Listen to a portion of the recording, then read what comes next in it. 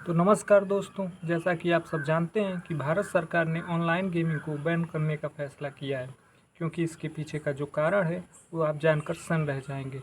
आज अगस्त 2025 है जिसमें भारत सरकार ने ऑनलाइन गेमिंग को ब्लैंकेट बैन करने का फैसला किया है।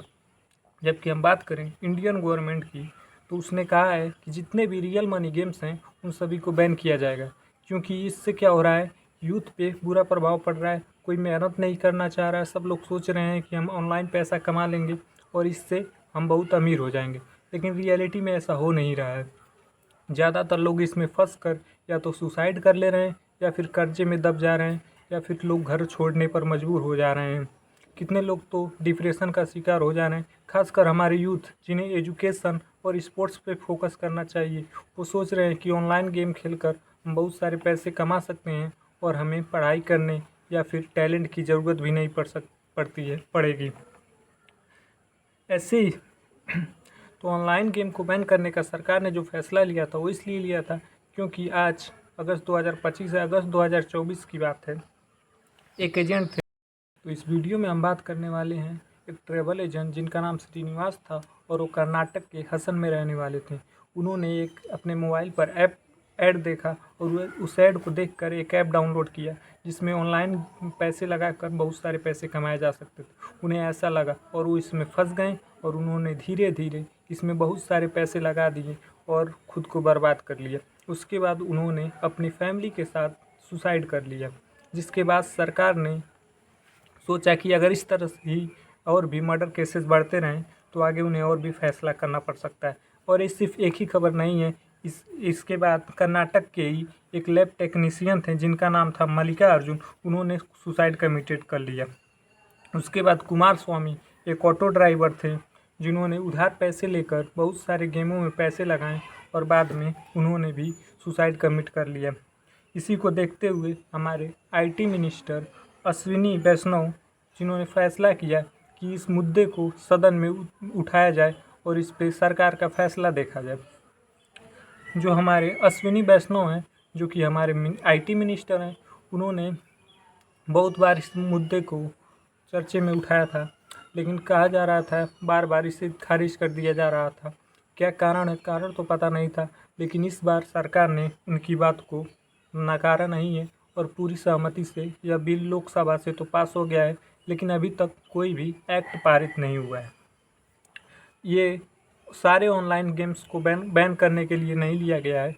ये सिर्फ उन ऑनलाइन गेम्स के लिए है जिस पे रियल मनी, मतलब ऐसे गेम्स जिन पे पैसे लगाकर आप पैसे जीतें, ये सिर्फ उन्हीं गेम्स को बैन करने के लिए बनाया गया है। जैसे ई स्पोर्ट्स, जिस पे आप ऑनलाइन गेम खेल सकते हैं, जैसे लूडो खेल रहे हैं, चेस खेल रहे हैं, तो ऐसे गेमों को बैन नहीं किया जाएगा। लेकिन अगर वही लूडो और चेस जिसमें आप पैसे लगाकर खेल रहे हैं, तो ऐसे खेलों पर सख्त कार्रवाई की जाएगी और इसे बैन किया जाएगा। वहीं जितने भी ऑनलाइन एजुकेशनल ऐप्स हैं जिन पे पैसे देकर प्रीमियम लेकर आप पढ़ रहे हैं, ऐसे ऐप्स को बैन नहीं किया जाएगा। जबकि ऐसे सारे ऐप्स जिन पर आप पैसे लगाकर, जिनके एड्स देखकर आप उन पर पैसे लगाकर बहुत सारे पैसे कमाने की सोचते हैं, तो ऐसे ऐप्स को बैन किया जाएगा। इसके बाद बात करें तो जो ये ऐप्स होते थे, इनसे क्या होता था, लोगों में एडिक्शन हो जाता था। अगर हम एक बार उस पर पैसे लगाते तो शुरुआत में ये गेम हमें पैसे देते थे, लेकिन धीरे धीरे जब हम इसके आदी बन जाते थे तो ये हमसे पैसे लूटना शुरू कर देते थे। धीरे धीरे हम करके उधार में चले जाते थे, यहाँ तक कि लोग अपने घर तक बेच देते थे। और लास्ट में जब उनके पास कोई ऑप्शन नहीं होता था तो सुसाइड कमिट कर लेते थे। सरकार ने ऐसे बहुत सारे केसेस देखे जिसके बाद सरकार को यह फैसला लेना पड़ा। गवर्नमेंट किसी भी ऑनलाइन गेम्स के अगेंस्ट नहीं है, लेकिन ऐसे सारे गेमों के खिलाफ है जो ऐसा दावा करते हैं कि जिन्हें आप खेल कर बहुत सारे पैसे कमा सकते हैं और अपने खुद को करोड़पति बना सकते हैं, लेकिन रियलिटी में ऐसा होता नहीं है। ऐसे ही एक कहानी सुनाता हूँ ऑनलाइन गेम की, जिसमें लोग सोचते हैं कि हम एक बार पैसे डबल कर सकते हैं या फिर करोड़पति बन सकते हैं, लेकिन ऐसा होता नहीं है। जैसे दिल्ली के अंदर स्ट्रीट डॉग के लिए बिल पास किया गया, बहुत सारे लोगों ने इसका विरोध किया और बहुत सारे लोग इससे सहमत थे। ठीक उसी तरह जब ऑनलाइन गेम को बंद करने के लिए फैसला लिया गया तो बहुत सारे लोग इसके खिलाफ हैं और बहुत सारे लोग इसके साथ लोगों का कहना है कि अगर जो इन कंपनियों को चलाते हैं, जो ऑनलाइन गेमिंग कराते हैं, उनका कहना है कि अगर ये बैन होता है तो इससे बेरोज़गारी बढ़ जाएगी, कितने लोगों की जॉब छूट जाएगी।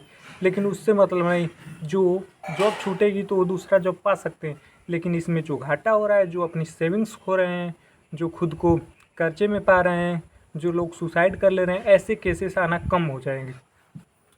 और ऑनलाइन गेमिंग कंपनियों का ये भी कहना था कि जो सरकार को ज़्यादा से ज़्यादा टैक्स है वो इन्हीं से मिल रही है। देखिए, सरकार को ज़रूरी नहीं है टैक्स इन्हीं चीज़ों से ही मिले, उनके लिए उनको मैं बता दूं कि सरकार टैक्स कहीं से भी कमा सकती है। अगर वो लोग अपने पैसों को ऑनलाइन गेमिंग में ना लगा, खुद के लिए कोई बाइक खरीदते हैं, घर खरीदते हैं, या फिर कोई ज़मीन खरीदते हैं, तो सरकार को उससे भी टैक्सेस मिल सकते हैं। या फिर आप अपने पेरेंट्स को कुछ गिफ्ट देते हैं, या फिर आप कोई भी इन्वेस्टमेंट करते हैं कहीं भी, तो उससे भी सरकार को टैक्स मिल सकता है। ज़रूरी नहीं है कि ऑनलाइन गेम से ही सरकार चलेगी। इसलिए वो लोग ऐसा भरम पालना छोड़ दें। आप कहती हैं कि गवर्नमेंट को टैक्स मिलने की कई हज़ार करोड़ है, लोगों के पास उसके पैसा होता है, लेकिन कहा जाता है central online gaming authority setup regulation जो चेक करेगी कि ऐप मनी गैम्बलिंग एक्ट नहीं कर सकती। जैसा कि आप सब जानते हैं कि central online gaming authority setup regulation ये इसलिए सेट किया जाएगा ताकि आने वाली नए नए ऐप्स और नए नए सॉफ्टवेयर्स को यह देखेगी और पता लगाएगी कि जो भी ये सॉफ्टवेयर बन रहे हैं और जो ये सॉफ्टवेयर हैं वो कहीं ऑनलाइन गेमिंग तो नहीं करा रहे हैं। ऐसे जितने भी ऐप्स बनेंगे उन सबको ये बैन करती जाएगी। इसलिए भारत सरकार ने ऐसे फैसले लिए हैं और सेटअप करने की तैयारी की है। जॉब जाएगी, लेकिन उससे ज़्यादा से ज़्यादा कुछ नुकसान नहीं होगा। अगर आप कोई ऑनलाइन गेमिंग जो बीटेक किए होंगे वही इन बड़ी बड़ी कंपनियों में अगर उन्हें एक जॉब छोड़ेगी तो दूसरी जॉब उन्हें मिल ही जाएगी। और इससे क्या होगा, जब सरकार ऐसी गेम्स को बैन कर देगी तो इससे ई स्पोर्ट और एजुकेशनल जो ऐप्स हैं उन्हें मैंने कल ही देखा दिल्ली में एक ऑटो जा रहा था जिसके पीछे लिखा था कि आप अपने खुद की फैंटेसी ऐप शुरू करें। मतलब इससे वो कहना चाहते हैं कि आप अपने नाम से खुद की ऐप बना सकते हैं और चला सकते हैं। कंपनियों का ऐसा कहने का ये मतलब है कि ये चलाएंगे तो कंपनी के ऐप्स आपके नाम से चलेंगी, लेकिन फ़ायदा उनको प्रॉफिट होगा। ऐसे सभी लोगों के खिलाफ सरकार ने कड़े एक्शन लेने की तैयारी कर रखी है, जो ये सोचते हैं कि हम खुद को बचाकर दूसरों को फंसा सकते हैं। जैसे बड़े लोग करते क्या हैं, कोई क्राइम किए और छोटे लोगों को उसमें फंसा देते हैं, कहते हैं कि हम तुम्हारी फैमिली को इतना पैसा दे देंगे, तुम जुर्म कबूल कर लो और जेल चले जाओ। तो ऐसे लोगों के लिए भी सरकार ने कहा है कि किसी को भी बख्शा नहीं जाएगा। उसके लिए सरकार ने बहुत सारे कानून बनाए हैं, जिसमें बताया गया है कि अगर आप कोई गेम ऑफ़र करते हैं तो उसके लिए आप 3 साल की जेल और 1 करोड़ फाइन लगेगा। अगर आप नॉन बेलेबल होगा, मतलब इसमें आपको कोई भी बेल नहीं मिलेगी। दूसरा, अगर आप इन्फ्लुएंसर हैं और आप इसका प्रचार करते हैं तो उसके लिए आपको 2 साल की जेल और 50 लाख फाइन होगा। और तीसरा, अगर आप किसी भी ऑनलाइन गेम्स को प्रमोट करते हैं या फिर उसकी तरफ से बोलते हैं तो इसके लिए आपको 2 साल की जेल और 50 लाख फाइन लगेगा।